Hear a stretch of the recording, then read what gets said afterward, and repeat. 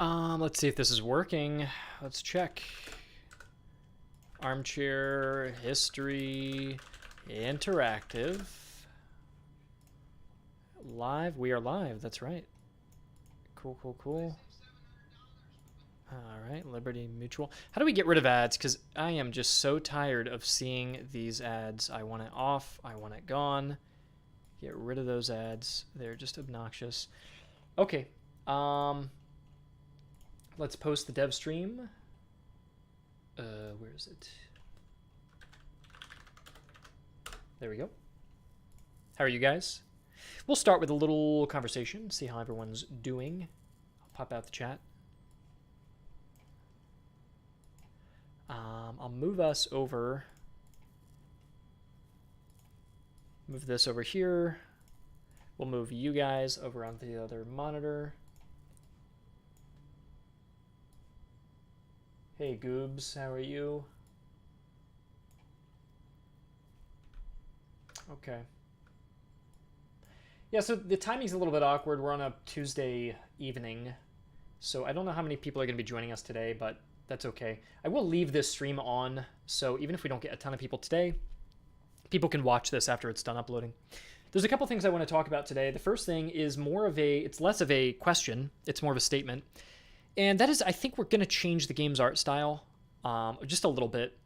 If you guys remember, you've probably recognized, besides that little cylinder there we go, recognize the game's art style looking almost like this. Maybe not in the latest dev streams, but probably on the Steam page, right? Looks almost like this a little bit. And I think generally we want to get away from that, and generally we are going for something a little grittier in style and tone. And so this was made recently. I'll ignore the soldiers. I think this looks really good. I like the tone of the grass. It doesn't look too bright. You know, for example, just put those side by side. You know what I mean? Just like looking at the grass and the trees compared to left to right. So this was kind of the more cartoony style that we were going for, I think, originally. And now the campaign map has been updated. So if you guys have seen the last campaign stream, it did not look like this. And the battles and everything did not look like this either. So I think this is generally the direction I want to go. And again, this is more of a statement. This is not really a question. I'm just kind of informing you guys some of the changes that we wanted to do with that. And yeah, I think the game, like these are the farms that were used in battle that you guys have probably seen in a lot of the battle videos. These are the farms we've drawn for the campaign map. But the campaign map is supposed to be less detailed than the battle, right? Because the campaign is zoomed out. A battle, you're seeing like individual fences and grass and everything. And yet in battles, look how cartoony this looks compared to the campaign. So what I want to do is have an artist create this in higher detail and then have that in the battle system. And if we could create a system where basically this image is like the guide for how the battles look, and you can actually see troops interacting with like this kind of environment, this to me feels a lot more cohesive. Now the battles are going to remain in 2D, so unfortunately you're not going to get this awesome like see the sky and be able to pan the camera around. That's just not going to be possible.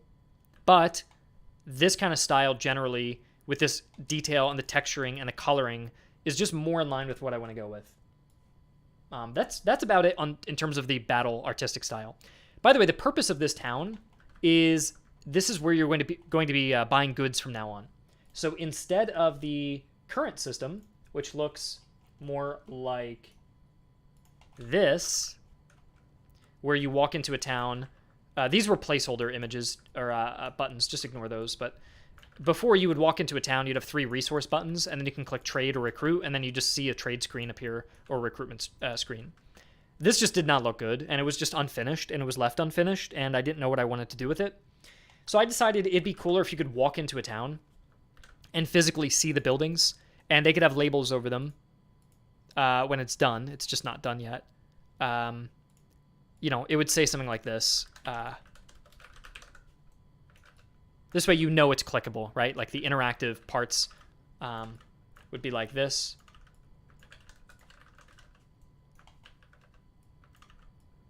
And so on, right?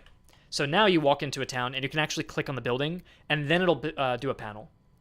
But I think this is just more immersive, and I think generally my experience with this game is I would like to go for, and I'll answer some of your guys' questions too and read over what you're saying, but generally I just think I want to make things grittier. I want to make things a little bit darker and more realistic. Now, there's only so much I can do. We only have like 6 months out to release, roughly. So that doesn't mean we're going to be overhauling. The maps are going to be 3D. All the units are going to be 4K HD models and everything. It just generally means I think the tone is going to be just a little more muted. Now, Liam is asking about unit skins receiving an update. I don't believe so, because honestly, guys, if I showed you the difference between a 4K texture of a unit skin and what we have now, they look like that, right? Could you make out to me, do you guys see the buttons on the collars? This is the scale you're going to be playing at in-game. You're not going to be doing this while you're in-game, right? This is just not going to be possible. So yeah, if you do this, you could be like, all right, I think I can make out he doesn't have a button on his jacket. But when you're this zoomed out, if you put more detail into it, there's no point. You end up lagging the game. The game becomes larger. You're supporting larger texture files, and you're doing it all for practically no reason. It's almost invisible. I'm sure there are more details we could do to make the faces pop out just a little bit more and show some of the little buttons. I'm sure there's improvements, right? But that all comes at a cost. And so we're looking at like delay the game by X amount of months, spend X amount of extra money on the game, and get maybe a 2 to 5% improvement visually. In terms of the environment, though, if you zoom all the way out, you do notice a big difference between these kind of environments, right? This is very bright, very cartoony. The farms are very cartoony and under-detailed. Whereas this, I think you can definitely see, without having to zoom in, the level of detail change. So that's kind of the compromise I'm going with, if that makes sense to you guys. Different shops for specific things. That's right, Goobs. That is correct. Will anything be done to the camp to make it darker, changing it? I don't know if we need to, Fireball. Compared to what we have on the Steam page, yes. Compared to what you've probably seen on a dev stream, no. So on the Steam page, it looks like this. One moment. I'll open up Unity so you can see it in the project.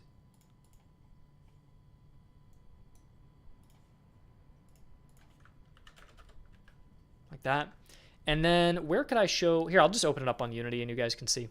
And the next thing I want to talk about is nation selection. Now, the soldier close-ups that we have made, which look like these, they're not very dark or gritty, but I think that's okay because you don't want everything to look depressing and like super dark. You don't want it to look like Ridley Scott's, is it Ridley Scott's Napoleon movie?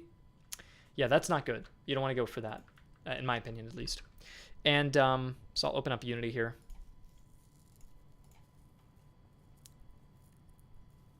But I'll show you what our camp looks like, and yeah, there's still a lot of placeholders. But I'm going to open up. You're going to notice a bunch of missing UI here. That's fine. Generally, I think... God, I have so many tabs open. This is the new camp compared to the old camp. So you know notice the new one's a little dimmer, but you also have like props. Whereas the old one, you just have these giant sand pits. So look at the difference between that. Also, there's like no paths connecting really anything, whereas here you actually see little individual paths connecting camps. The other thing that's cool too is when you buy an upgrade to the camp, check this out. It animates in, the trees fall down, and the flags appear, and then it shimmers, right? And if I add cash and show you how the camp expands over time, you can see the path grows out, more props come down, the camp actually physically expands. And you can notice all the trees being cut down and the camp expanding. And then as you get to a full camp, look at that. So you can see all the props getting added. And then we could add regiments. Let's see if I can remember a unit ID. Add regiment, PRU _ musketeers.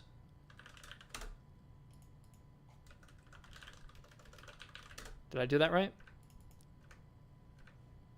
Maybe PRU is all caps. There we go. 1, 2, 3, 1, 2, 3, 4, 1, 2, 3, 4, 1, 2, 3, 4. There. So that's like a full camp that you can see here. I love all the flag generation. The flag generation is so cool. But yeah, this would be a full camp with all your regiments, and you can see. I like this art style. I'm quite happy with it. We've got the unit trees here, which you can also zoom in and out of. So I really like that functionality. These are really, this part of the game is very polished, in my opinion. You can open up units and see their stats and click between them, zoom in and out. I really like that. We can open these guys up and color them and change all the functionality here. We've got new icons you can use too, and so on. Okay. So yeah, a lot of that stuff is new. I don't think I've ever shown that before, the camp expansions. But yeah, I think that part of the game is looking pretty, as you said, Liam, I think it's looking pretty clean. Yep. And I'll answer a couple last questions, and then I want to get to nation selection, which is the purpose of this stream. Unit limit of 20 over 5 divisions. Yeah, that's correct. Guts is asking a DLC for minor nations like Hanover, Brunswick, and Hesse. All of these nations are playable. You can play as them through Britain. So you just have to lead Britain. You can actually pick a Hanoverian corps, load in as Britain, and we can open up their unit trees. And we have got German land milits, Brunswickers, Hessians, Hanoverians, Hanoverian Grenadiers, Cavalry. Like, a lot of those guys are already in the game. We even have a German commander. Von Sporken is leading the... Even his uniform, you can actually give him a German blue uniform if you want to. Okay, let's close out Unity because I'm lagging just a little bit. You guys noticing any lag at all? I think that's because I have a lot of things open. Yeah, just a little bit of lag. Let's close out Photoshop. I don't think we need it open right now. Okay, and then close out Unity. Yeah, okay, so the thing I want to discuss is we right now have a system that, or a nation selection screen. This is more of a UI question that looks kind of like this. This technically is an improvement over what we currently have. I was thinking of changing it though, but now I don't really want to, and I'll explain why. I actually like keeping this potentially. The original idea was to change it to, I'll show you, something more like this. But I feel like this screen is way better in terms of communicating information. So you can see all the countries. You can see 3 armies you can lead per country. You can see who you're playing as, basically. The name of the country, who the leader would be. An image that represents that army. The units that comprise that army as well. And then the stratagems that are part of that as well. This is showing everything clumped into one screen, though. And I do feel like maybe doing this and then breaking it into multiple steps is maybe a better way to do it. So, like, if you did this first, where the player can just choose their country. You could just say, hey, what flag do I like? I get to see a cool soldier. And you can kind of start with that. Almost like how Empire Total War, you just see the flags. And then if you hit continue, then we can take the player to another screen that leads them where you can see the different compositions that you can lead, which would include, which I would even show the images of. So this is, I have not finished this image yet. This was just an initial concept, but you would then see the 3 army compositions that belong to it with unique images that go for them, right? So it'd be like the Hungarians, the Grenzers, and the Austrian composition. And then you'll be able to see all of the information, the flag, you know, the stratagems, whatever information we want to convey there. But I think that's cooler because you get to see this big soldier that represents the country and just really show off the art style of the game. And you just get to narrow down what country you want to play as. And then you can go in and really view these big images that represent the armies. And you can basically see, hey, do I want to focus on cannons, infantry, or cavalry? Not every country is like that, but this is just Austria, for example. Whereas if we did this system, you would have to... One second. With this system, there, we would still show these images, but they'd be kind of buried. You'd have to click between all of these different icons. And I feel like this is easier to use for experienced players, but if you're brand new at the game, maybe this would be a bit overwhelming. I don't know, maybe you guys disagree. If you like this, if you prefer it, we can keep this kind of style and refine it. What I will say is all of the UI I've shown you, all of this is just conceptual, right? So obviously this isn't done. I'm drawing white lines over it. This isn't done. There's like blurry paper here. That's not done. These, obviously the stratagem symbols aren't even colored in. So try to use your imagination just a little bit. Even the names of the compositions repeat, right? Cantoness, Cantoness, Cantoness. And there's like little errors here. So again, take it too literally. It's just the ideas of what you guys would prefer. But I'm trying to figure out for nation selection, what is a nicer introduction to the game? When you start a new campaign, what do you want to see? Do you want stream is buffering a lot? Let me check. Yeah, it says the bitrate is a little rough right now. How's everybody else doing? How are you guys viewing the stream? Is this okay? Just him? Okay. And I know there's actually a lot of you here, surprisingly. There's actually a lot of people here. So I'm going to answer your guys' questions. Anything you have to ask about the game, I will answer at the end of the stream. But for now, I do want to stay on subject on the UI here. So do you guys prefer the softer intro, which would be like, see a big soldier that represents the country, click a flag, maybe even hit the eye icon to learn more about it, and then narrow it down to one of the 3 armies that you want to lead? Or do you prefer kind of seeing all in one? So you see all 15 army compositions between every country fully lined up for you to click between, and then you click between those and it updates the information on the right. Because this is like all in one, fit everything into one screen. It's very dense, which could be good for experienced players, but maybe if somebody was just buying the game for the first time, this maybe looks nicer. So I'm not sure what you guys prefer. I'll put a little poll up and see what you guys are leaning on. Nation introduction. All in one, or we'll call it the softer introduction. Big soldier. All info. Now keep in mind, the softer introduction will lead to more information, right? So you're going to get this soldier, and then you're going to get all the information you could possibly want about the different troops that make up each composition, the nation, the information about those compositions, some history behind them. So I don't want you to assume the softer intro, as we're calling it, just means lack of information, but it is dispersing the information. So we'll even call it dispersed screens. Big soldier, then to info. We'll do, you see the soldier, and then you see the info. And then this is all info, just in one screen. So yeah, I think this is actually a fair way to represent both of them.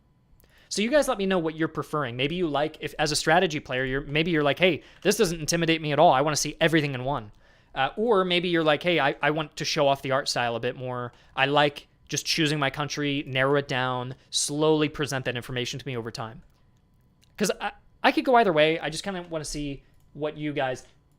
how you guys feel about it, because I've been looking at this project for so long, it's hard for me to tell, because I've been looking at it for a year, so obviously it doesn't intimidate me, but for somebody who hasn't played it for the first time, I want to make sure the game feels good for their first kind of playthrough. Maybe use the soft intro for the first time, and then the all-in-one. Honestly, I like to do just one solution. I don't like to try to blend them. It sounds good on paper to do both, but it just means more work for us, right? So I'd rather have one solution where we put a lot of time into polishing it than try to make 2 full different UI and present it to a player in 2 different ways based on how many times they've played the game. Will our army camps always be the same when we start a campaign? That's not the case, Cynthia. So, Cynthia, you'll pick an army. Sorry, you'll pick a nation. And then when you pick a nation, then you pick an army you want to lead that's part of that nation. So Austria isn't just playing Austria. Austria is 3 different countries, 3 different armies. And those armies come with different forces. So your camp might look a little different. The officer who's in it, the troops that are in it, the inventory you have, all of those things might be different between Grenzers or regular Austrians or Hungarians that you choose. For example, if I play as the French, they actually start with two divisions already unlocked, but they just have a lot of crappy troops. And then I could play the Prussians. They have one composition that only comes with 2 regiments. It's very small, but they're 2 of the best units in the game. So the variety in the armies you can lead within each faction is pretty substantial. Any kind of playstyle, wide or tall, or however you want to describe it, is pretty much represented through 3 different sub-armies as part of all 5 nations. That's 15 playstyles that you pretty much get between those. All right. I think you guys are leaning on the dispersed intro, so start with the soldier and then display the information. I'm going to just post that for Seb.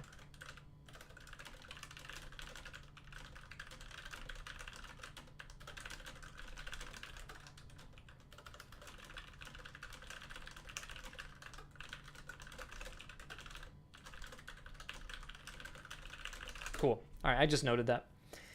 Will the background of the camp change from the time of the year or what faction? Not based on the faction, though the flag will change. The time of the year, yes. You'll have a winter camp and a summer camp. But there's not going to be like fall or spring. It'll just be like warm versus cold. Yeah. To the point about Sufjan, it's a PC game, not mobile. I assume he's saying if you don't show all the information, you're kind of making it like a mobile game because you're not showing enough information. But I will reiterate, you're starting simple, and then you will show a giant list of information for all the armies. So you're still getting the exact same information. It's just dispersing it so you're not overwhelmed, because I think trying to communicate 15 different armies in one screen might be a little bit hard versus just showing 3 armies in more detail on one screen, and then you can go back and forth between them. I think that might be better. Will there be an option to view the country's unit trees when selecting the nation? That's a great question, Hadi. That's a great question. What we're planning on doing is just that. So when you look at the screen here, this little I button, when you have a country selected, if you click the I, it'll open up that unit's full unit tree, and you can select between all of their unit trees. So if you want to actually shop around a little bit and see what kind of units are in each roster and compare their stats, you can do all of that work beforehand using the information button, and then you can commit to a country and then see which army compositions there are to lead. So that's kind of my design for that. Oh, Sufjan. Okay, I completely misunderstood. Because, yeah, somebody said, can you make an Android version? Okay, yeah. Sorry. I also wasn't trying to, like, shoot you down or anything. I just thought maybe you were calling the game a... People call the game a mobile game all the time, so I'm just always on the defense about that. Yep. Do you think you'll be making the game more realistic by adding logistics, rations, or training? Yeah, you do get to do all of those things. There are logistics, so you have to have food, ammunition, manpower, and cash that you need. You have 4 manas basically to manage during the course of the game. There is training, so units have experience levels, and then you can use experience to reform units and upgrade them into new units. And what else did you ask? Rations falls into logistics, so yeah, no, that's all being accounted for. JM, what did you ask? Will DLC be added to the game? I can't talk about DLC just yet because the game's not even out yet. JM Gaming. Did I see his comment? I did not. Grenadier Guards for Cavalry. The army rosters are all done, so we won't be adding any more units. But here's what you can do. You can give grenades to Cavalry and then rename them to Horse Grenadiers. So you can very well create your own custom Horse Grenadier unit. So that's actually totally possible using the unit customizer in the game. What else did I want to talk about today? The next thing I want to talk to you guys about is the game's name. And I've talked a bit about this before. I always struggle with the game's name, and of course we're actually pretty far in development, but I am honestly thinking of just calling the game Master of Command. I mean, what do you guys refer to this game by right now anyways? Because most people just call it MOC. And I also think for those of you guys who know a lot about the game, we are not doing naval combat. We're not doing nation leadership. We're not doing the American theater nor the Indian theater. And so I almost feel as though 2 things, that 7 Years' War is a little misleading because we're not including those theaters right now, at least. And number 2, 7 Years' War is actually kind of putting people off a little bit because not many people know about the 7 Years' War. And I think if you call it 7 Years' War, the expectation is for casual players, I have to know about this war, and I don't. So therefore, I might not be interested in it. And so they might be disappointed or not interested, right? Because of the name might scare them off. And I think the other side is people who really know about the history, and I mean the experts of the 7 Years' War. If the game is calling itself 7 Years' War, they're going to come in and say, okay, can I recreate the exact Battle of Leuthen conditions under Frederick the Great's army? And the answer to that is no as well. You can't do historical reenacting. The game is not really a platform to do that. It's not a simulation game. It's creating your own procedural wars for you to fight. So then I think if it's a procedural war game that has depth and it's based around the 7 Years' War, but it's all about the proceduralness and you and your own personalized war and how you conduct your war, then perhaps Master of Command 7 Years' War is not very representative of the game. So yeah, most people are just saying they call it MOC. That's what I've been calling it as well. And a few people, Master Command 7 Years War, Master Command 7 Years War, yep. And he can't even remember the full title. That's funny. You see no reason to change it? Yeah. I'm always in this kind of position where I'm always second guessing myself for little things like this. I think it's tough because the game is so restricted. The more restricted the game is, the more I feel like I want to make little changes like this. For example, if I was doing a grand strategy game and we were just covering the Victorian world, I already have a name picked out for that, by the way. But and that's the Imperial Dawn idea project. But let's say we were doing Imperial Dawn. It's grand strategy. You cover the globe. You're leading a country. That's that. There's not really much to second guess. I mean, it's Imperial Dawn, right? It's the rise of imperialism. You lead a country. Okay, that's pretty much it. This game is like, okay, we're going to do a procedural war system. You're just a commander. You're not going to lead the nation. It's not necessarily 7 Years' War. It kind of is. It's based around it. You don't have to know about the 7 Years' War. There's not really historical battles, but you do have historical details with the units. It's a little bit more like it's restricted under certain conditions because we don't have the budget and the time to do a full simulation. But it also is just kind of taking it in a different way, in a unique spin. And so for me, the name just starts to kind of like bend and deform, and I don't know if it's fully representative of what we're creating. And so I just often second guess myself in that way. And that's why I think this name has been hard to settle on, just because it's not as straightforward. It's certainly not as straightforward. Like, I don't know if you guys can really compare this game to much in terms of what it's doing from the campaign level into battles and that whole package together and the procedural nature of it. So, yeah. Anyways, I don't know what you guys think about that. I don't think calling it 7 Years War will piss off any historians, but I do feel like Master Command is plain and simple and would be best. Sometimes it reminds me of Age of Rifles. I feel like MOC is the name for the game. And it's just that 7 Years War is almost part of a short description. Right. I think naming it Master Command 7 Years War implies it's going to be a series. Yeah, I don't know if it's going to be a series or not. It may be the case that once this game is out, we build off of it, we add in some DLC and some nations, and then we move on. That could be the case. Or it could be the case that we release it, it does fine, we don't do DLC maybe at all, and then we want to make another Master of Command game. I don't know. I actually don't know what... I would rather not think too much about that. I really want to just finish this game and execute on it and do well and see what people think, and then see where I want to go after that. I don't want to pre-plan what I want to do. So yeah, that's a bit difficult. I'm not quite sure.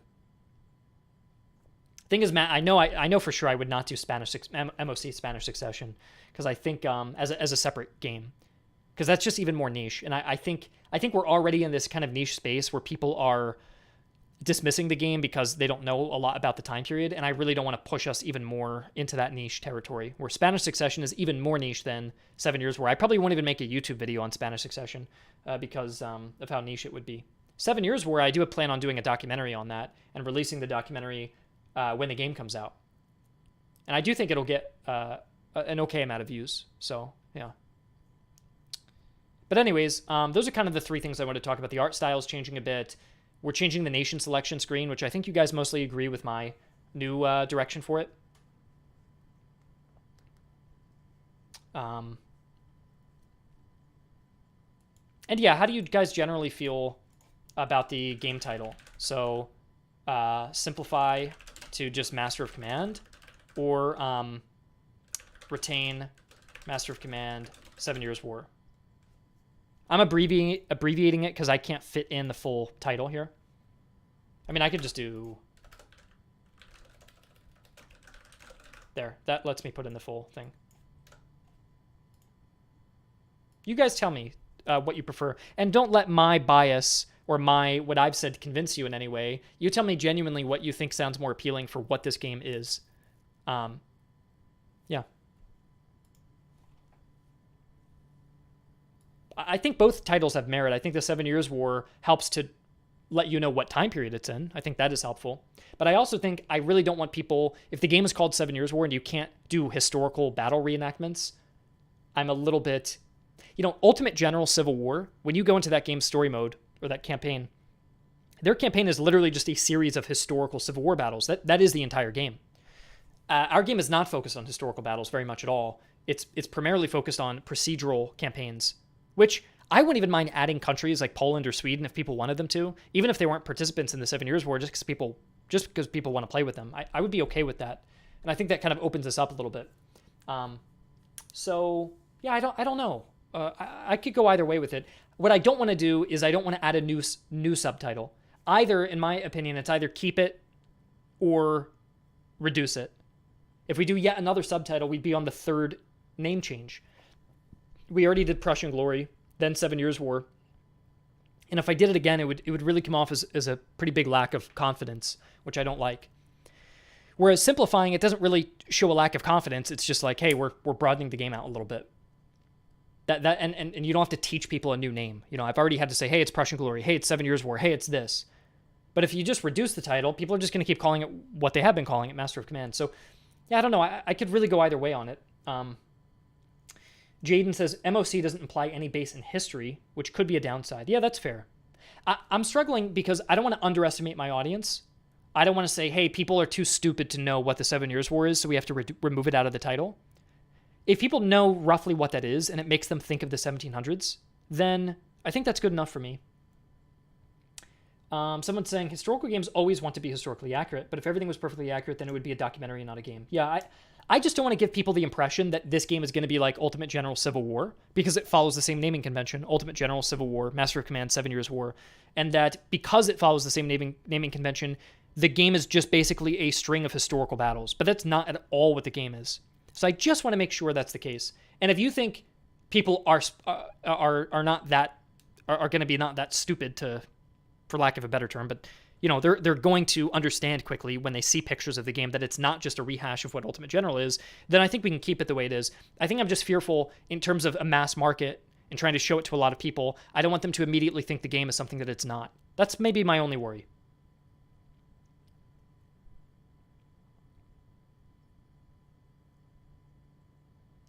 It seems like most people prefer keeping the subtitle. Now, there's only 42 votes, so it's not a very big sample, but I'm cool with keeping the game name the way it is if you guys are cool with it as well. Yeah. I know that most people who will buy a game like this are going to buy it because it has a basis in history. And so by restricting the history and making things shorter and snappier, I think that doesn't necessarily play into the strengths of the game. And that was maybe an oversight on my part. Whereas I don't think people want a cartoony, bright simplification of history. I also don't think they want a simulator that's going to take you 4 hours to play a single battle. But I think there is a middle ground where the game can be somewhat cartoony, but it still needs a basis in reality. People want to learn about the units. They want to learn about the history. And if you guys like the name 7 Years' War because it really helps immerse you in that period, and the game is all about the 7 Years' War, then I think there's nothing wrong with keeping it the way it is.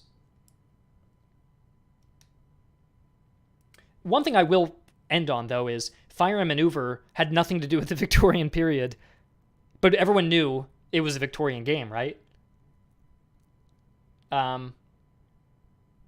So there's, you know, we did Fire and Maneuver, and that game had a simple and short title, and that did just fine. In fact, the appeal of that game was massive. It just didn't execute on its gameplay premise.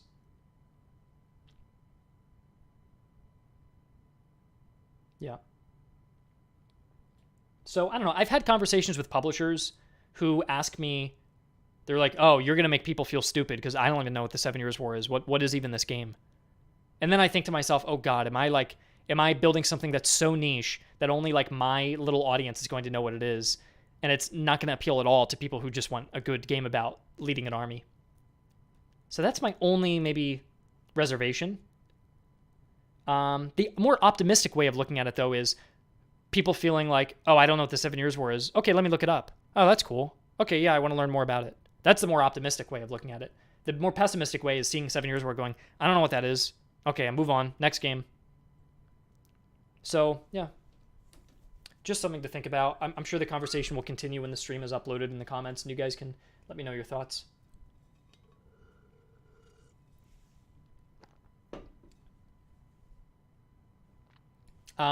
Okay, that's kind of it for today in terms of what I want to talk about. So you can ask me any questions if you guys want to talk about anything else.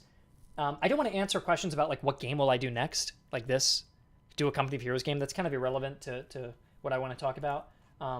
So yeah, if you have any questions about Master of Command, I'm happy to answer them, and then I'll probably head out.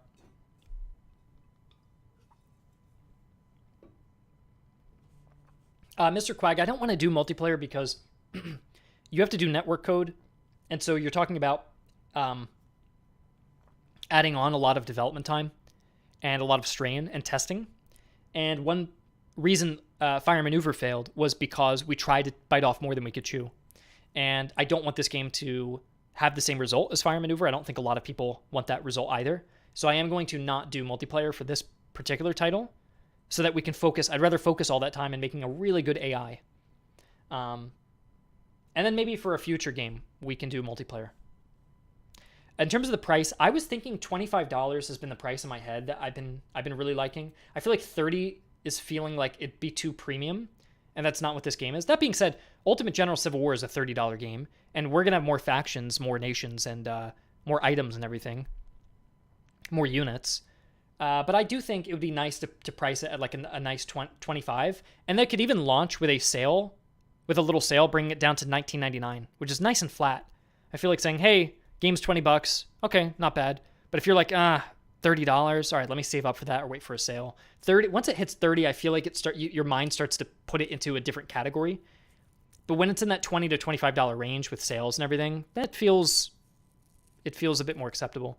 I do think Ultimate General is just a little bit overpriced. Their latest game is $50.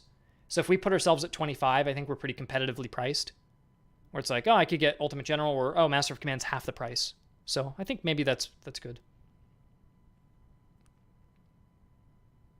Matanza, I will actually show you. I want to show you. We've made such good progress on localization that we are definitely going to be able to put it in other languages. We never bothered with Fire Maneuver, but with this game, I wrote up all the localization last week. I did all of this. I wrote every description. I color-coded everything. I wrote all the tooltips. What's really cool about this is you can take this and feed it to an AI and have it translate. You just grab all of this and add another cell. And look, this is for English. So we just add more cells for other languages, copy and paste it in and translate it. And then after using AI, you can get real people to go in and actually check out the languages and make sure that they're correct.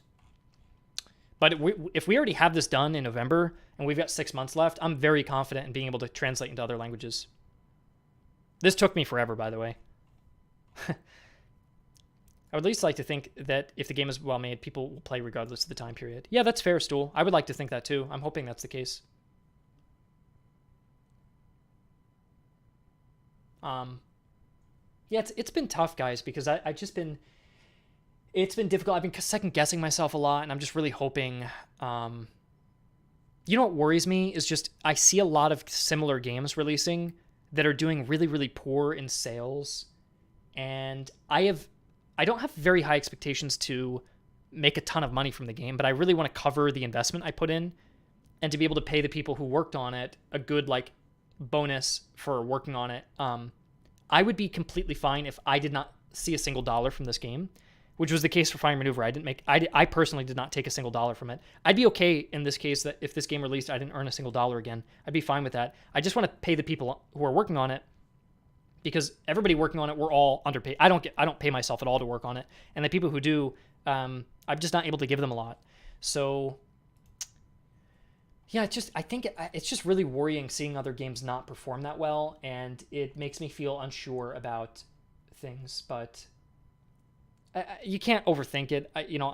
We're still gonna just work the hardest we can, and I think it's gonna be fun. I think there's gonna be a lot of variety. I think there's gonna be a lot of replayability. I think there's gonna be a lot of history. There's gonna be music and voice acting and art and good AI and customizable units. I think there's gonna be a lot there. I'm just really not sure if that's good enough these days, though, on Steam for a game to be successful. It's just tough. Like I was looking at a game called like Toy.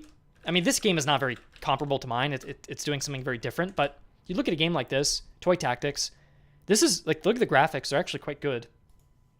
Look how many troops they have in battles, and it's very polished. The UI is very good.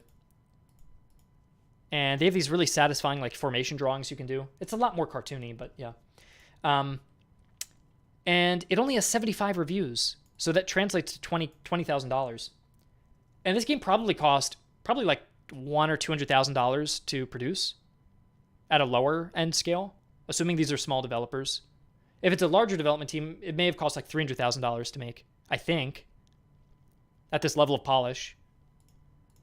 So to make 20K, it's like, would they have been better off just working a fast food job for that money? I'm not insulting the devs at all, by the way. It's not. In fact, it's the opposite, because I'm saying the game looks so good. Why aren't more people? How come they're not getting more reviews? How come they're not getting more sales? It's just surprising to me. And it's not them I'm nitpicking or like just singling out. There's a lot of other games like this in this genre space that just aren't getting any traction, and it's surprising to me. Even Ultimate General, to an extent, like I have owned every single Ultimate General game, so this is not me insulting them in any way. But why is it the case that Civil War has 7,000 reviews with $3 million they made, and then they made their newest game, which is better graphically? Look, it's a big upgrade, and they made 400,000 and no reviews. Not no reviews. 400,000 is still good, but for them, if they're coming off of making $3 million, you would think the bar is set a little bit higher. So it's just surprising to me that these games aren't doing as well. And I think that I'm just curious why that is. So anyways, this stream will be up. I'm curious. Let me also just clarify. I'm not crapping on any of these games. I'm just trying to understand more in the market as to why these games are underperforming compared to how they used to. And, what we can do with our game to make sure we don't fall into a similar trap. Because all of these games are different. They're all priced different. They all look different. They all feel different. I'm just wondering, what are the commonalities that are leading them to not sell as highly as they did in the past? That's really it. And I'm almost done with what I want to talk about for today. I find games that are too serious scare off new players. At the same time, when it's too cartoony, it scares off. Yeah, I think that's probably right. I think that's probably correct.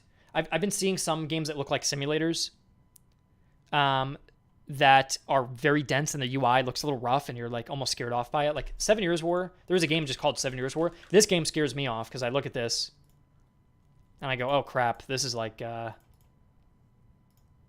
very dense looking. It's not very polished, and it just looks very dense, and it kind of scares me off. But then the toy game, the Toy Tactics, I don't know if I would buy this just because I think it feels a little too cartoony. I'm not in the market for games like Totally Accurate Battle Simulator, like those types of games.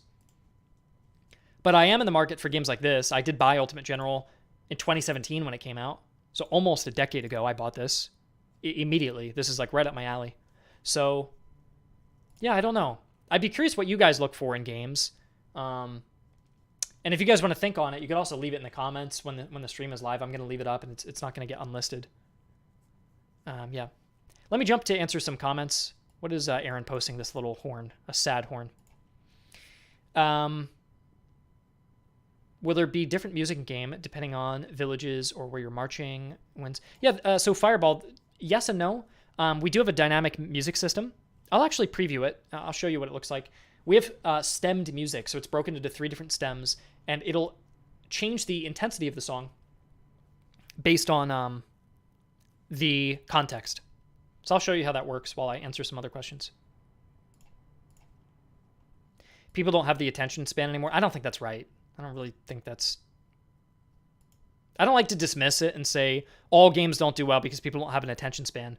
There's clearly still games like Baldur's Gate won Game of the Year, and that is a dense like RPG role-playing game. So that game is definitely not a Fortnite style game, but it made hundreds of millions of dollars. So I really just don't believe that's the case. If you want to argue competition, like there's more competition for these types of games and more being released, then that could be it. But yeah. Chronoscoff, Matt, I use Chronoscoff all the time, man. That helped a ton. They basically streamlined all my uniform organization. Merritt, it is funny. You're pretty much known as now the Minden guy for your contribution. Okay, on a more positive note, let me show off some music. So here's how the music could change. If you were just like sitting at a town, at a store, it would play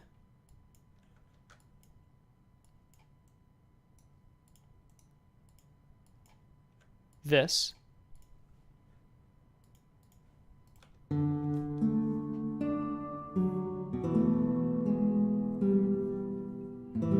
And then if you leave the town, and now you're walking around the campaign map, like you said, the hills, you're walking on the mountains, the violin comes in.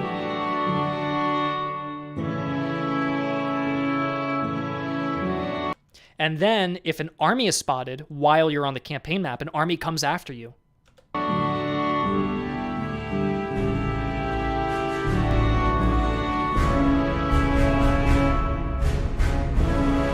You can kind of hear the war drums picking up.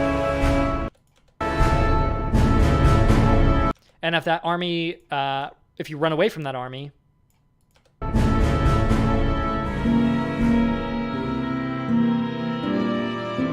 and then if you go to your camp screen, you go off the campaign map, and now you're managing your camp. You click on the camp screen, you're like customizing a flag. Then this happens.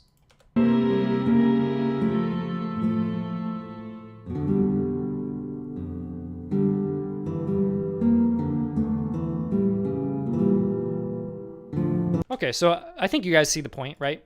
We do this for the campaign. The music is fully dynamic with that. Yeah, I like the, it is calming. I think I could probably make like an ambient thing where I take my town map and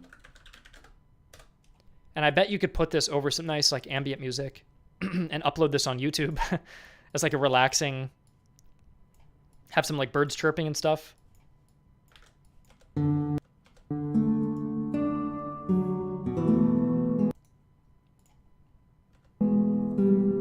It's kind of like calming. You could have some like leaves floating around and some nature sounds. And that ambient music could go on for like, you could just like leave this running for like an hour. Just, that could be like a whole YouTube video.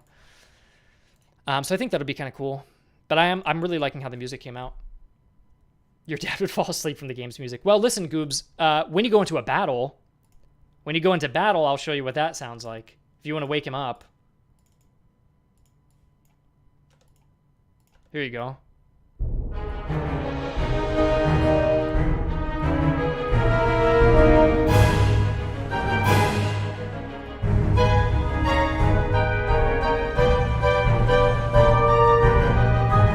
And then here's another one.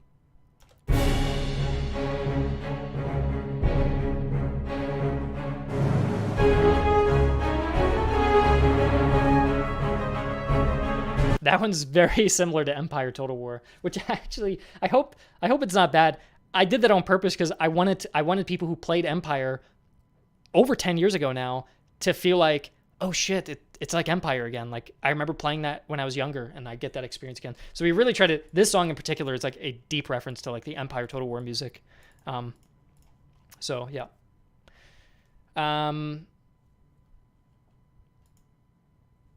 Yeah, you would hear like native war drums and stuff when you were in America, and then it would change based on the region that you're in. So yeah, that was cool. Yeah, if we ever added America as a theater, it'd be cool to do like native style music and more rural stuff. I would really love it if you could like, if you hit new campaign, and then before you get to the screen, God, I have so many tabs open, I'm sorry. Before you get to the screen where you see this, you could almost get a screen separately that says, you know, do you want to campaign in America, Europe, or India? And then you click into like America, and then you would see like this, and you'd see Britain, France, or like 13 colonies, New France, Iroquois, and like 2 others or something like that. I think that'd be pretty cool. Oh, Aaron, you'd love that. Yeah, it would be fun adding America. I think this game would benefit a lot from it because it has some pretty harsh logistics, or it can have harsh logistics with a lot of mountains and attrition and ambushes and limited line of sight. And that could be, setting that in America and just amplifying all of that could make it almost feel like a survival game to an extent. So, Matt, there are surgeons in the game as well. You don't see them on the battlefield, but you can actually assign staff to your regiments that add surgeons. You can also get a doctrine for the camp that adds field hospitals that helps you recover casualties after battle. So that's actually kind of being represented. There's also encounters that you can find. And if you have the field hospital doctrine, if you find, let's say, a wounded officer in a battlefield, you could actually recover him. That's like from an encounter on the campaign map, I mean. America would be a priority over India. Yeah, I would say so. And Oliver, I would keep the scale the same, but just make all the unit sizes much smaller. So instead of a 1,200 guy regiment, you'd be leading like 200-man companies. But the battlefields would probably be like the same size. You would just be having like really small units. So everything would feel like you're these tiny guys in a huge environment to really make America feel more sparse, I think. That'd be cool. We haven't done disease yet. We were going to, but I think we're kind of out of time and out of money to do. We were going to have random events that appear on screen, and some of those random events would be like disease outbreaks, but I just don't have the time or the money to afford all the artwork for that and to test all of those. I think we're kind of just out of resources to get those done. It could be cool though if after the game comes out, I would love to be able to add those as a completely free update. I would never make people pay for that. That would be cool to just add events in for free, and then people just have more flavor in their campaign. So yeah. Exactly, Matt. I answered your question as you typed it. Perfect. Yeah. When can we expect the release of the British theme? I think it's supposed to come out this Friday.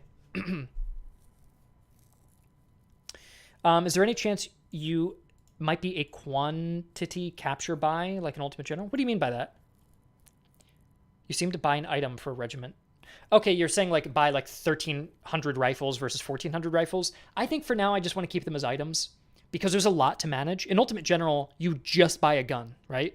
In our game, you buy a gun, you could buy a bayonet, you could buy a knapsack, you could change the flag, you could update the facings, you could spend veterancy to reform the regiment, you could upgrade the horse. There's a lot of little things. And then you could do that across 20 regiments, and it becomes already overwhelming. So if you had to like micromanage all the little tiny stats, maybe I'm sure there are people who would like that. But for now, I'm just taking my time. I want to go in nice and simple. If I overcommit and say, we've got to do it all, we need thousands of muskets and thousands of knapsacks and real-time logistics and simulate it all, and it'll take 5 years to make. Uh-oh. All right, slow that down. So I'm just trying to like take it one step at a time, keep it simple. We already have a lot, I feel, but I don't want to overcommit. But if people want these things, if it's a request after playing it, then we can look into increasing detail in those areas, I think. A logistics slot, yeah. Yeah. I saw you could change the uniforms of regimental flag for each infantry regiment. Is that the same for cavalry and artillery? Yes, that is correct. You can change the uniform facings for cavalry and artillery. What's cool, Reingard, what is cool is, what do we know about hussars? Hussars don't really have like distinct facing colors. Instead, they kind of just have full different uniform colors, right? So if we were to look at Russian hussars, for example, what do we notice about them? Let's find a picture. Should be not at the top, but around the middle. There they are. What do we know about the Russian hussars? One's just red, one's just blue, one's just yellow, right? So when you change the facing color, it actually just changes the entire hussar uniform color. So if you want to create Power Rangers with the hussars and create one full red, one full blue, and whatever you want to do, that's possible. And you can change the flag too. That's already in the game. That's all working. So that is kind of neat. I might reopen the project to show you, depending on how long that takes. I do want to head out soon. I don't want the stream to be too long. How long is it so far? 53. I'm going to end at exactly 1 hour. So let me set a timer for 7 minutes. And I'm going to go exactly in 7 minutes. And until then, I'll answer some final questions. But yeah, for anybody who wants to leave a comment on this video, you can comment on kind of the introduction to the game, the UI that you prefer. The second thing is the name of the game that we talked about. The third thing is why you think some of these historical games do better than others, which I'm curious to hear your perspective on. And I think those are like the main conversations that we kind of had.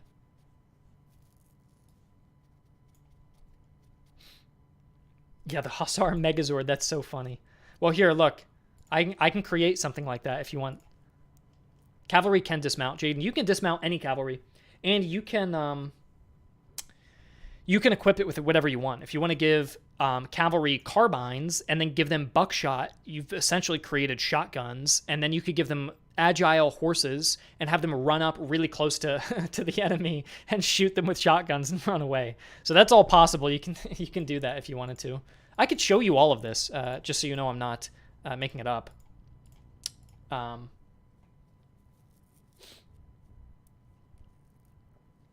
Here, let's fire these regiments. Let's add regiment Rus Hussars. There you go. We have 4 Hussars. We'll have the Hussar Megazord division. We'll open these guys up and change them to green. I think the hat stays the same color. Blue. Yellow. And we can do white for him. There you go. Those are your 4 Hussars. I think the hat color is supposed to be black. I don't know why it's white. I think it might be a mistake. Yeah, it should be more like that. Maybe I am talking about the settled Hussars. Let me see.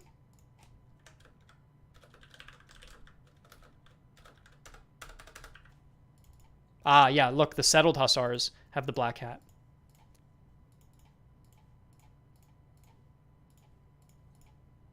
So they're a little bit more customizable. There you go. And you can see they automatically come with like Ukrainian style flags compared to the regular Russian ones here. What else did people say they wanted to talk about? Dismounting cavalry and stuff. Yeah, I was saying you could add all items. So look, we could grab, oh look, all my bayonets are in. That's cool. These are new items. That's why the images aren't done. We just made all these like different types of sabers that you can equip. But yeah, you could grab like a musketoon carbine, and then grab like a lot of these images aren't done yet, so don't worry about that. What am I looking for? I'm looking for a type of ammunition. There it is. We can grab like buckshot. Okay, and so if you have buckshot rounds and a musketoon, these guys are basically wearing like shotguns, or they're using shotguns. So yeah. Were you ever considering allowing the player to do a custom flag on a PNG? Maybe.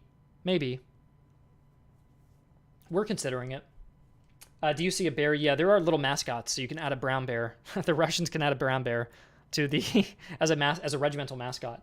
So yeah, that's pretty much Wojciech as your Russian mascot there. But yeah, also these traits here you were saying, these aren't colored in yet. Those sketches aren't done just yet. There's a lot more that you can get too. If we add all stratagems, add all stratagems. There. Yeah, look how many there are. Obviously, a player can't have this many at once, so I just kind of broke it using console commands, but you can just see how many we have. Like loading drills, infantry proficiency, gunsmiths, you can generate ammunition, field hospitals, gain experience every day by just having training. Let's see. Strength in numbers, scraping the barrel. There's one I really like that lets you burn down villages. I don't remember where that is. Oh, this one's cool. Goose step. It's being covered up, but it's a literal goose with a tricorn on. Where the hell is it? Do you guys see like a burning village anywhere? I'm looking for that village. I called it plunderers, so we can do add stratagem plunderer. Unless that's not its ID. Yeah, I don't know where it is. Middle right. Let's see. Middle right. I do not see the burning village. Oh, there it is. Found it. Plunderer. There it is. Thank you. Yeah, so everything costs half off at settlements, but you have to fight a battle every time you go to a settlement. So that's an interesting one, because that's not just a bonus. That's like, it actually hurts you in some way, but it gives you a crazy buff. But that changes the whole way you play. Now, you have options. You can optionally take them. But yeah, the maximum amount of these stratagems is like 20, or no, sorry, like 10, I think, that you can get during one playthrough. And the minimum amount that you start with is 2. You always start with 2. One based on the nation, like entrenched commanders, or sorry, extended supply lines. That's the national one for Russia. And then entrenched commanders is the stratagem for the observation corps, which is your army that you lead. If you purchase new divisions, can you show us different division selections? What do you mean by that?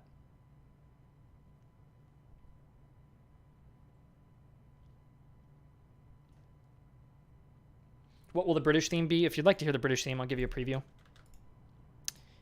Here you go.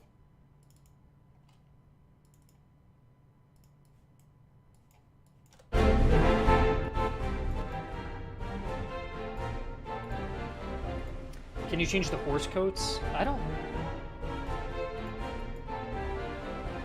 I'm not sure what you mean. Like the jackets they're wearing? You could do this, but that's it. That's the only part of the uniform you can change on the cavalry. Damn, my voice hurts. My throat, rather. But yeah, there's all sorts of items. I mean, there's a lot you can customize. Could skirmish formations be an option for light infantry? It is. Yeah, we already have that. You hope High Germany gets added as a British tune. Dude, I was just listening to that song. Isn't that weird? That's a, High Germany is at least I heard a Scottish rendition. I think I heard the Scottish rendition. Okay, that's about as much time as I got. I think it's this one that I heard. Of course. Dude, the ads on YouTube are just getting crazy. Yeah, this is the one I listen to. Best to come along with me. I'll take you to the warm love in High Germany. Yeah, that actually sounds so relevant to what Britain would be doing, isn't it? Because the 7 Years' War in the Spanish Succession. That would actually have been a great song, wouldn't it? If I had known that in retrospect, maybe I would have chosen that. But Lily Bolero is also very good. I do like Lily Bolero a lot.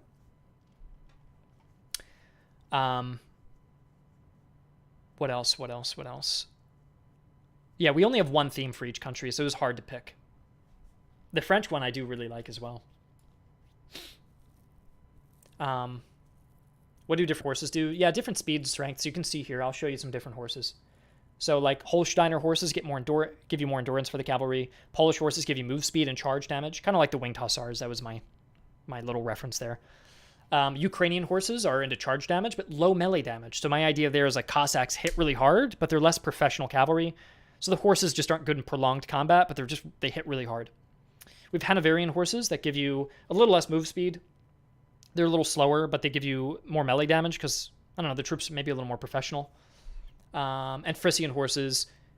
These guys are they give you more accuracy, but they lower your reload time. Actually, that is a bonus. That's not a negative. So it makes you a little more accurate, and you can reload your carbines a little quicker on Frisian horses. There's not really much of a backstory. We just kind of picked 5 different horse types and gave them different bonuses. So you could build like a light dragoon and use the Frisian horses to help enhance the accuracy of the cavalry, which is cool. Yeah. What about Fridericus Rex instead of Hoden Friedberger? Well, check this out, Mr. Darth. We do have... where is it? Oh, it's unused right now. I don't know where to put it in the game. We have it made. Listen.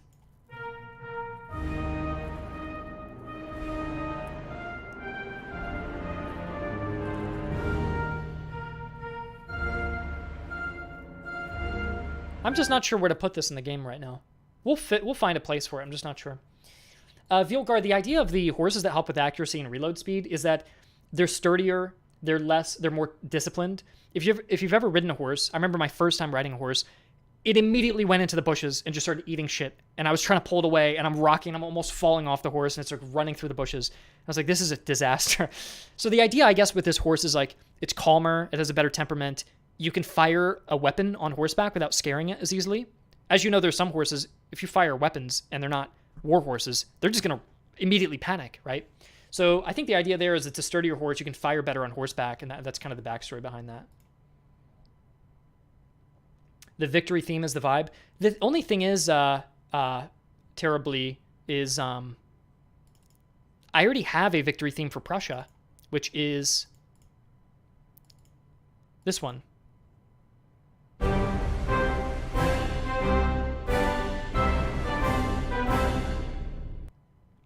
So, I don't know. Maybe we could reserve Hohenfriedberger solely for their national theme and use the Fredericus Rex for a battle victory. I'm sure we could maybe mix and match, yeah.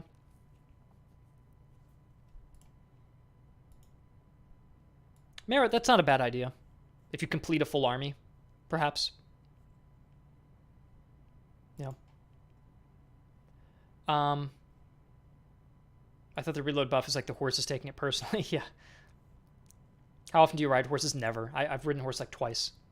But I just remember that first time. Like the horse I was on, they gave me like the worst horse. Mine was like running into the bushes and everyone else's were calm. And I was just thinking, yeah, it'd be cool if some horses are easier to reload on and fire on horseback. Other ones are more about charging and mobility. Artillery crews do not have muskets. I know that would be realistic. We just don't have the time to make them like a hybrid unit where they get a main weapon and a cannon, and I thought that would just be a bit difficult. Forever Ranger, I don't think the battles are ready yet. They just don't look good. You're going to be disappointed if you see them. I think you come back in a month. If I'm streaming 1 month from now, I think they're going to look way better. I think if you saw them now, you'd just be disappointed. So I don't really want to show them just yet. The horse buff is influenced by your equestrian trauma, yeah.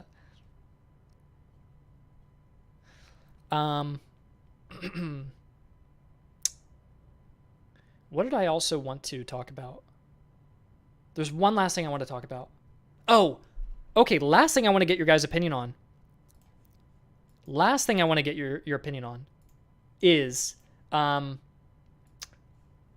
progression. I had an epiphany today and thought maybe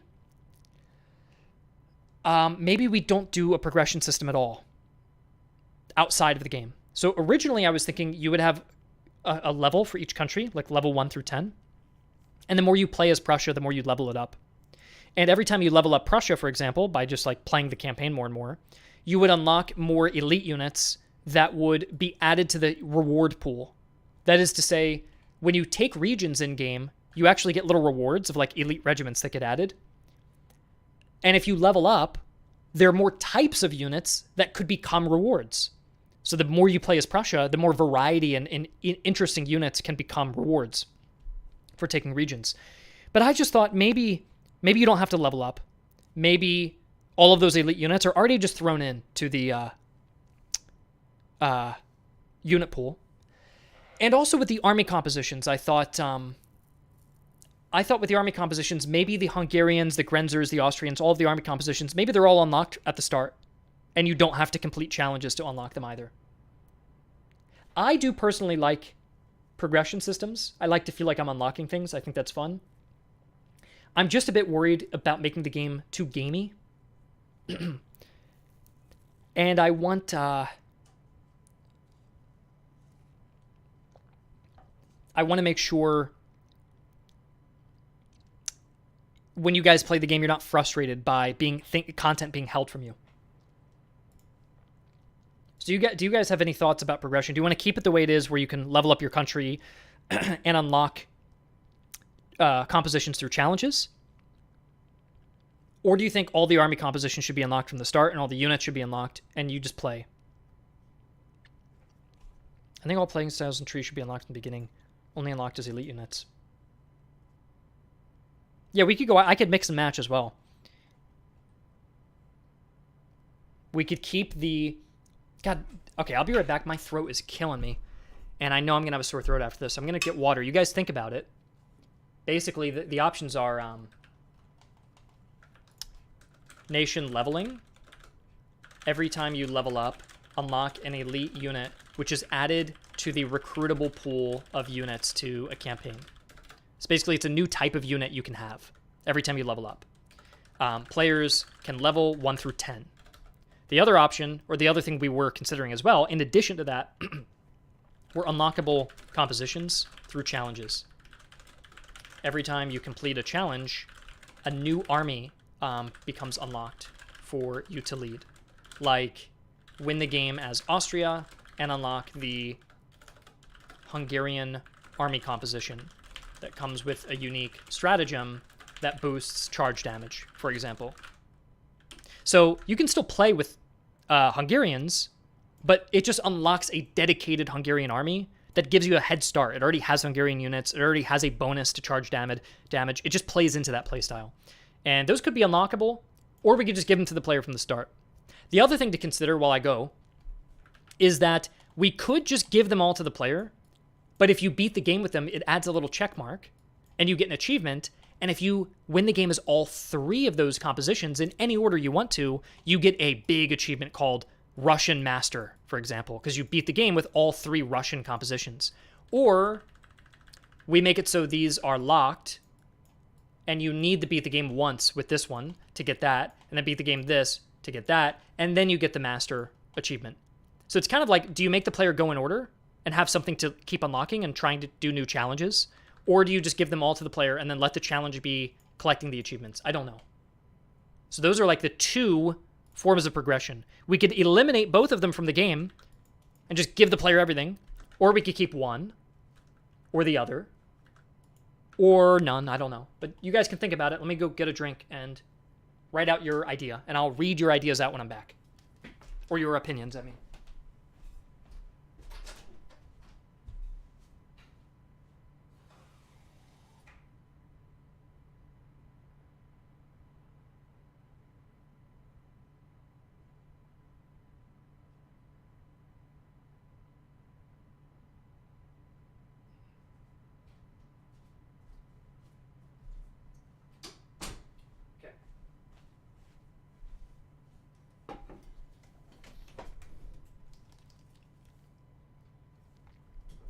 All right. Let me read what you guys say. I hate boiled eggs. Honestly, Will, everything egg related, I really do hate. I'm okay with like egg on a breakfast sandwich if it has a bunch of other things. But I view eggs like almost like I would like ketchup. Like I'm not going to eat a packet of ketchup. And therefore, I'm not going to eat a boiled egg. If it's on something, a hot sandwich. But even then, dude, I am bothered a lot by eggs. Anyways, let's see what people have to say.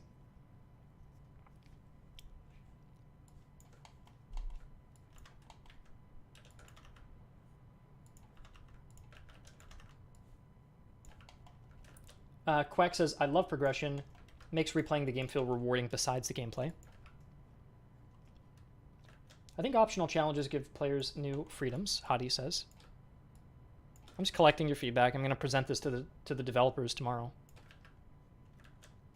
If the challenges are actually fun and they encourage the player to try new playstyles, then they're brilliant. So let me give you some context. My idea is to make it so every country comes with challenges and they unlock different things. And you can toggle on as many of these as you want. So if you turn on manpower shortage, that's going to make your manpower cost 2 times more. You could also toggle on enemy underestimation at the same time, and it makes the enemy morale 20% harder in battles. If you can beat the game with both of those challenges on, you get the Old Corps and the Fry Corps unlocked as new army compositions. Here's another example. If I turn on the Corrupt Commissariat, all my items cost 2 times as more because the French are a mess with their logistics. But if you win with that, you get the Light Corps. So they're kind of these like flavor challenges pertaining to a real challenge that nation had to deal with. And if you win with it, you get a composition as a reward. You can do it with any composition, right? If I play as a French army and I turn on endemic desertion, I will unlock a British composition. So you could actually play with whatever army you want to, whatever you're most comfortable with, and then turn on certain challenges to unlock certain things. That at least was my idea. Maybe you shouldn't. Maybe you should have to play as a certain composition. I don't know. But I just thought that maybe gives the player a little more flexibility. And I also thought it'd be cool if you could turn on as many of these as you want to. Additionally, I thought it'd be cool if you could turn on all of them if you really wanted to. So you have manpower cost 2 times more, enemy morale is 20% higher, your recruitment cost is 50% higher, your morale is 20% lower, your unit experience gain is minus 25%, your ammo consumption is way higher, your food consumption is higher, all the items cost more, you receive more damage, your officers gain less experience, and there's less troops for you to recruit. So I thought that would be funny if you could enable all of them if you wanted to. All right, let me continue reading what people are saying.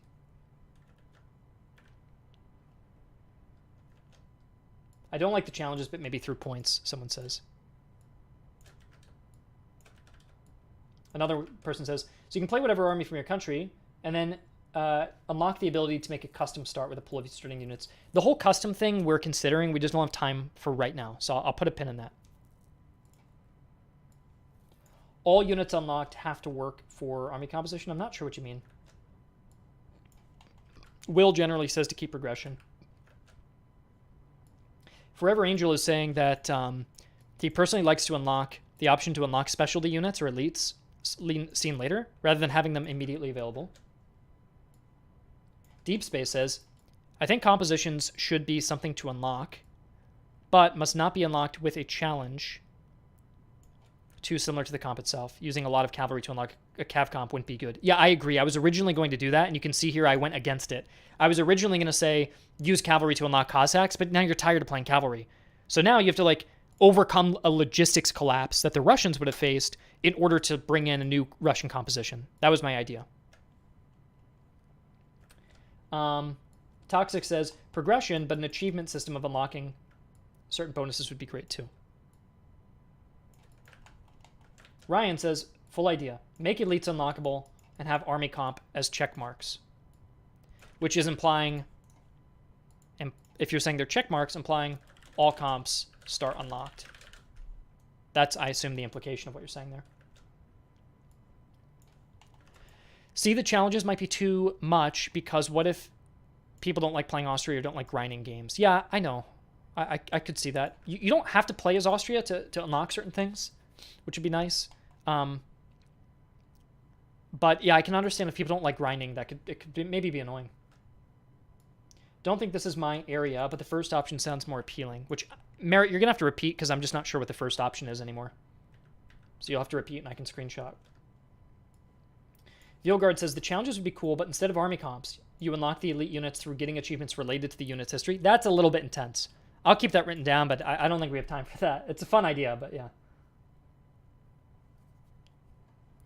The other thing, too, is I don't think this game should be marketed as a roguelike. I know that was where we originally thought of this game, and I do think it makes it original in some ways, but I really do think a lot of people who like history games hate roguelikes or have never played them and never will.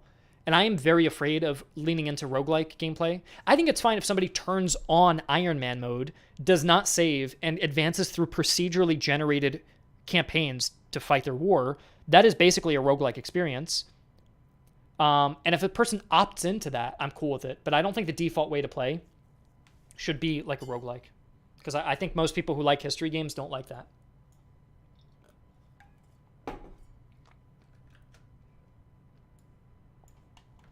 Will says he likes progression systems. Mr. Quag says, I like the idea of challenges, perhaps for specialist compositions. Yeah. Listen to Vilgard. Yeah, I think it's too hard, Van, because we have 50 elite units. So if I had to research 50 elite units and come up with 50 different challenges you would to unlock for those units, that would be insane. So I just don't think that's possible with the time that we have. Knockoff says, I prefer the leveling system. It feels like I'm progressing in the game with each play rather than just completing some challenges to unlock units. Okay.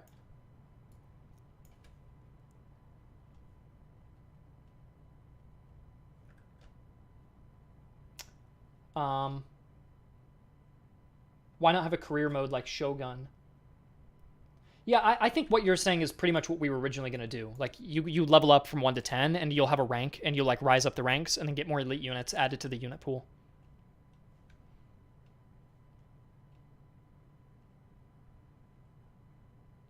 The checkmark option. Okay.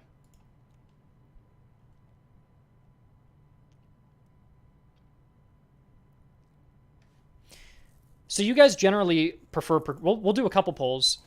First of all, do you like the meta progression systems? And when I say meta, I mean, just to clarify, progression, you can progress in the game by, like, upgrading a unit, right?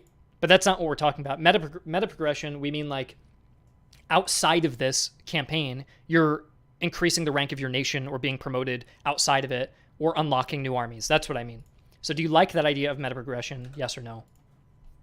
And so we'll start with that, and we'll continue polling, and I'll get some information from you guys regarding that. And we'll narrow things down a bit.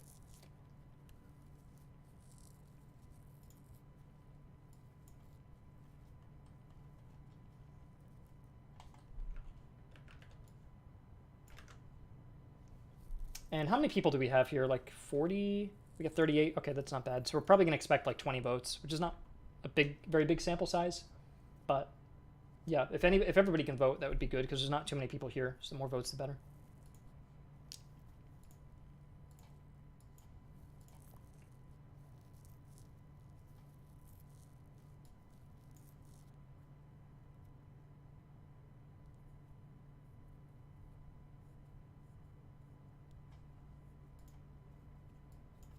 Okay, so generally, you guys like the idea.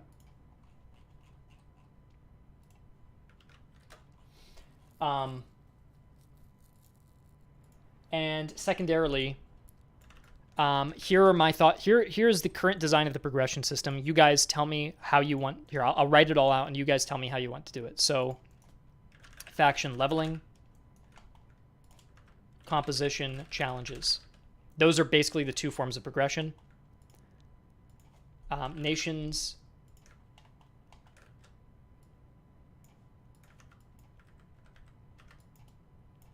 I'm gonna do this.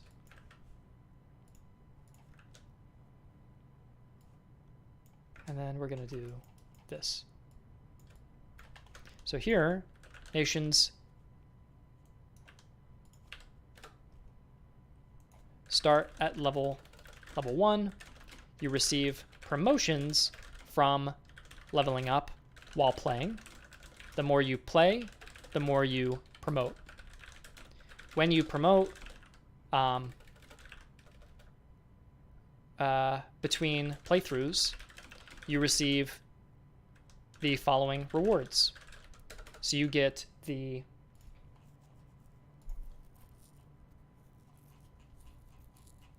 let me just grab the image. And I'm going to have you guys do 2 more votes, and then we're going to be done for today. So we're finishing up now. Let me just grab the elite unit list. Should be somewhere here. Yep, should be right up here, right? There it is.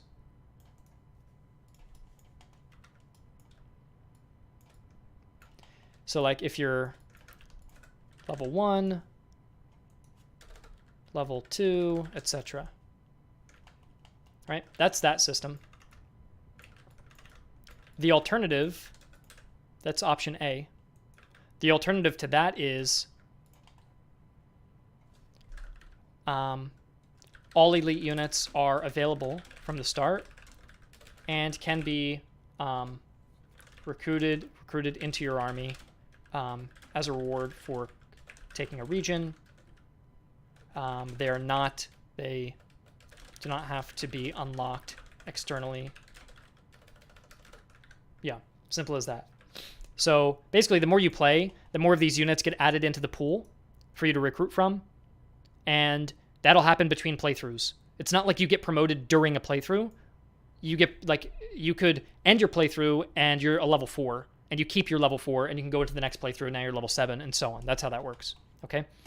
Or we just give the player all the elite units, and we don't have faction leveling. So this is the no faction leveling option, basically. We don't really have an option C, because I just don't have the time to program a system where every single unit has unique challenges to them, and if you do this, you get this guy, if you do that, you get this guy, and so on. That's just too much for now. Okay, second thing is composition challenges. So,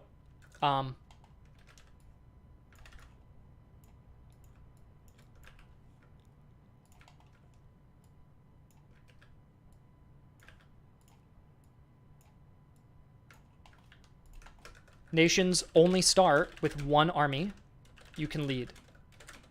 So across 5 nations, you have 5 armies unlocked from the very start. Okay? If you complete unique challenges, during a playthrough and win, then you unlock a corresponding army composition, which is now available to play. For example, if I win while having the challenge manpower shortage enabled, I'll then unlock the Freikorps, who I can lead into my next playthrough. To clarify, players can always use Freikorps troops, but the dedicated Freikorps army composition starts with some unique bonuses toward the Freikorps playstyle, which makes it unique. Okay. B would be this. We'll also say this as well at the end. When the player wins the game as an army composition, they gain an achievement and a little check mark next to the army. Just to show, hey, you won it, right? As the Hungarians, you won it as the Grenzers, you won it as the Austrians, sure. Option B is players start off with every composition unlocked. So you immediately have 15 different armies available to lead from the beginning. Still, players gain achievements when they win the game with each army and get a little check mark next to each one they win with. Okay. Both these are not mutually exclusive. These both exist in the game right now. You've lost track of what he means by composition. So an army composition is basically choosing your starting force. So take a look here. If I go to Britain, composition 1 is called the British Expedition. They get the thin red line, which gives me an extra accuracy per vacant unit. So the fewer troops I have, the more accurate we are. So it's actually good at playing small. We then have the Hanoverian Corps, which is another army composition. They come with a bunch of Hanoverian troops, and they get the White Horse bonus. So their movement speed is increased, but they have lower morale. We also have the subsidy troops. These are like Hessians and Brunswickers. We receive less fire damage. They have the Blue Shield bonus. These are basically like different armies we can choose to lead within the nation.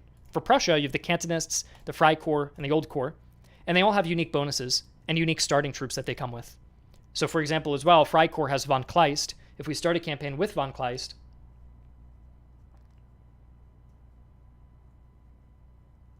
oh, it is not working right now. Why is it not working? I don't know. Generate stratagems. Oh, I broke it on the previous playthrough. Sorry. When I used that command to add like 50 stratagems into my inventory, it broke the game. So yeah, okay, let me try that again. So if you play as the Freikorps, you have a whole new bonus to play with, which is pretty cool. The Freikorps get a thing called Kleinkrieg. Prisoner rewards are doubled, but you don't restore casualties after battles. And then with von Kleist, they actually start off with Hussars already and some Jaegers. And they have von Kleist, who has skills like elusive and agile. So you've already got like a light infantry playstyle with a head start, which is a huge deal. Your early game is completely different. So these army compositions really matter. They matter more than the elite units, I would even say. The elite units are more cosmetic. So you might get an elite unit that just looks a little cooler and he's got like a 5% stat buff. The army compositions are like fundamental ways you play the game that are changed. So now if I go to like France, if you play with the, or let me try a different one, Russia. If I play with the Cossacks, I start with an all cavalry force, all 4 cavalry, with a commander who is a savage with extra melee damage, and I get the bonus steppe raiders. I gain 50 cash or coins every time I visit a settlement. So I'm basically stealing money everywhere I go with the Cossacks. But the villages are less willing to sell me items. They sell me 3 less items.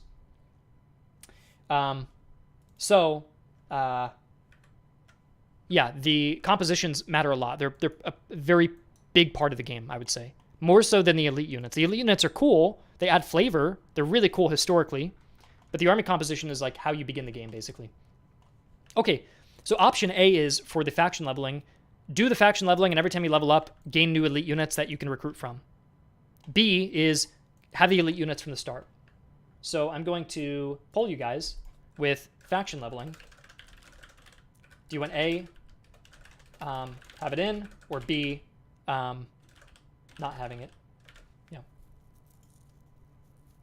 And then we'll go to composition challenges and see what you guys.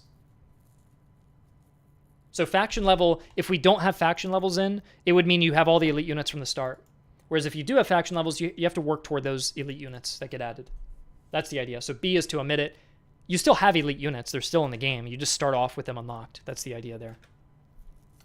Griffin, what would you choose for composition you start out with if you have A for composition? What do you mean? You start out with? Oh, you look at this. So you would have one composition already unlocked and the other two are locked. And the one that starts unlocked is the more default one. So look here.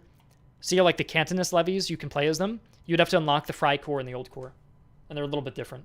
So each country would get its first composition already unlocked, and then you have to unlock the specialty ones. That would be the idea.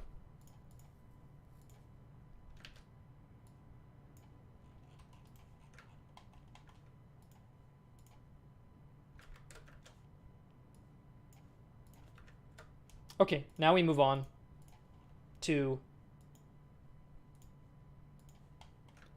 composition challenges here.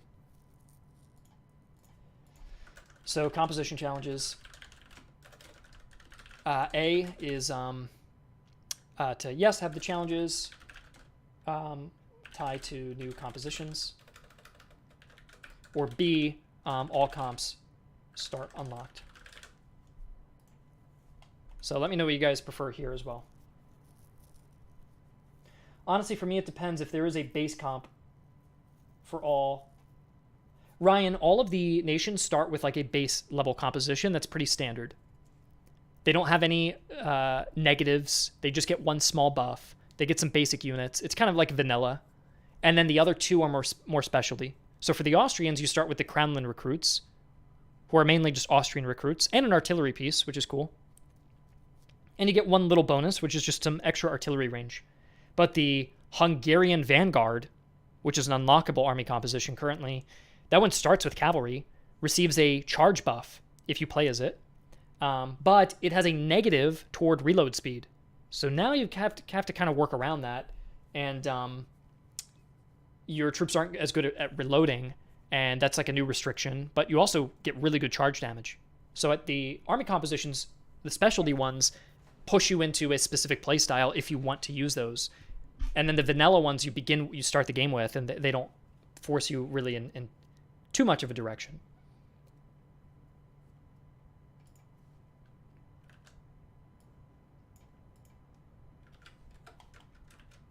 Okay, so generally you guys are in favor of this progression systems. You like the progression. And you don't think it's too gamey, because I've been worried that in Total War and Paradox you have no unlocks. So are people going to play this game and think, oh, it's like a mobile game? You know, I'm getting pop-ups about unlocks. This is a crappy mobile game because there's an unlock system. I know that sounds kind of ridiculous, but I've literally read those comments, and it just makes me think, like, is that actually going to be a problem? So I just want to make sure I'm not stumbling into a design system that is just against what people who like historical strategy games like.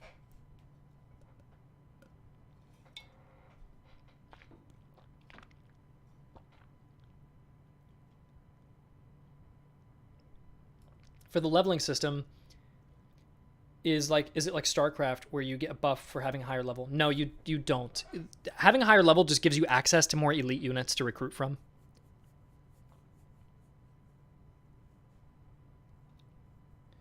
Hattie says, read my earlier message, so we'll see.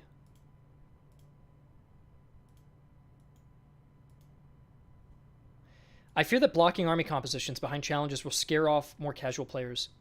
Leveling to unlock unique units would feel more appealing, as it feels more like a reward rather than a task. Yeah, that's right. That's right. Option B sucks. Unlocking everything makes it too easy, right? But Hadi agreed. And everyone agreed with Hadi there. A lot of people did. So you guys are a bit hung up. I think everybody seems more universally accepting of the elite units that you just get for playing the game more, which is cool. I'm glad you guys like that. For the army compositions, let's talk about it a little bit more, because you guys seem a little bit more split on it. We could just give access to all 3 armies. I have no problem with that. And for people who like progression, if you're the type of guy who's driven by progression, number one, you still need to level up your country all the way up to level 10 just by playing the game.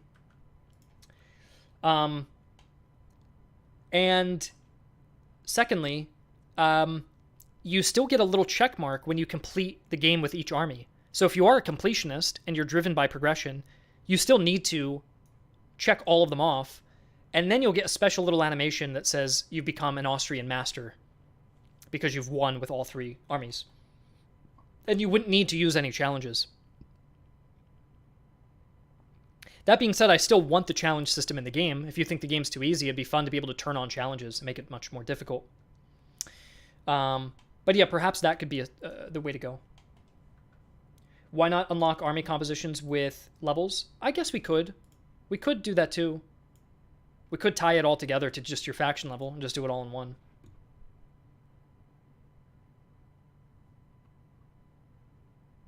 For people who find great joy in game mechanics, they could find the challenges for rewards could be a display of mastery and thus fulfilling. Yeah.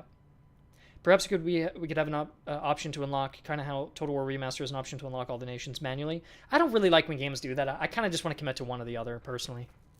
I will listen to your song recommendation, Merritt. Take care, man. We're going on a little bit long now. We're an hour 40 minutes, but I think we're good to kind of finalize this idea. But it seems like you guys are a little more hung up on the composition challenges, and it seems a little more tedious. I'm getting the impression, at least, of. So let's sit on it. Tell me in the Discord what you think. Maybe write out your opinions there, and we can kind of talk about it in the next couple days. I do need to actually finalize the design, though, because we're in the middle of coding it in right now.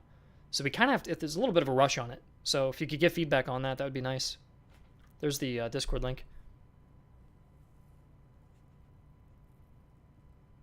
Okay, I will head out then. We'll continue the conversation elsewhere. Thank you for listening, and take care, guys. Thank you for joining me.